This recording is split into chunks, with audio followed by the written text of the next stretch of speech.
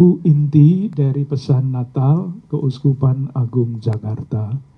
Jadi strukturnya sederhana, kita umat Katolik khususnya di Keuskupan Agung Jakarta diajak menyadari makna rohani dari perayaan Natal.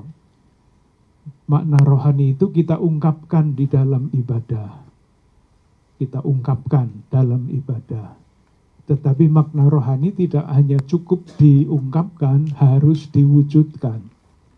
Dan wujud itulah yang dicari bentuk-bentuknya, misalnya dengan menganalisa tantangan-tantangan itu apa. Baru kalau tantangan-tantangannya itu ditemukan, lalu pertanyaannya adalah apa yang harus kita lakukan supaya berhadapan dengan tantangan-tantangan yang sangat kompleks itu, hidup menjadi semakin manusiawi. Contohnya tentu saja banyak. Tadi saya sebut di dalam homili, di dalam gereja, misalnya satu, ketika bencana alam yang dibarengi dengan kesalahan manusia itu meledak untuk tahun ini, kalau saya bicara tentang gereja Katolik, belum pernah di dalam sejarah gereja Katolik di Indonesia, semua keuskupan dan semua paroki di semua keuskupan bersama-sama mengumpulkan dana untuk saudara-saudara kita di Sumatera Barat, Sumatera Utara, dan Aceh. Belum pernah, baru kali ini. Seumur hidup saya 75 tahun, belum ada gerakan seperti itu. Ini menunjukkan bela rasa yang tanpa pamrih, tanpa kepentingan. Itu ketika konteksnya adalah bencana alam. Tetapi ketika konteksnya adalah tata kelola kehidupan bersama yang tidak baik, lalu diperlukan suara kenabian, kritik-kritik yang membangun, supaya tata kehidupan bersama, tadi saya sebut mengutip Paus Fransiskus, 1, ketidakadilan, 2, korupsi, 3, berhala. Berhalanya bukan batu, bukan gunung, bukan pohon, tetapi berhalanya itu uang sekarang ini, serakah, keserakahan. Kalau konteksnya seperti itu, lalu gereja bertanya apa yang harus kita lakukan supaya lingkungan hidup kita menjadi semakin adil.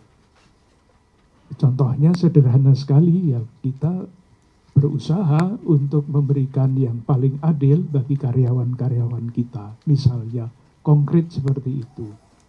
Ketika kita bicara mengenai korupsi, kita tidak hanya omong tentang korupsi, tetapi berusaha supaya gereja Katolik di Keuskupan Agung Jakarta itu tidak ada yang korupsi, supaya menjadi menjadi bentuk dari apa yang kita sampaikan.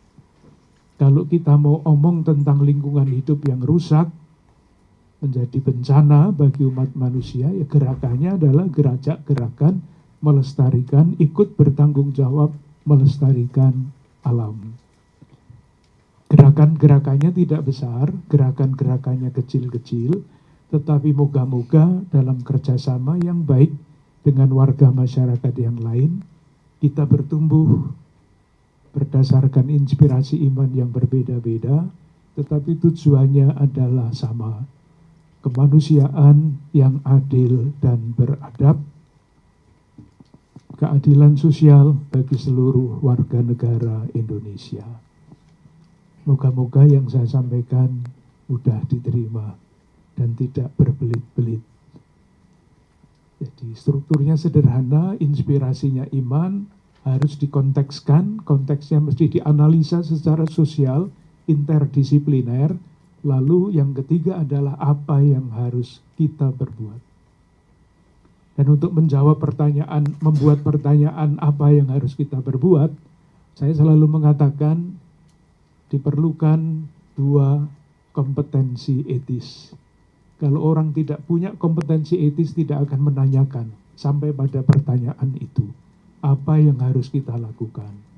Itulah kata yang sekarang banyak sekali dipakai umum, Kompetensi etis itu namanya bela rasa.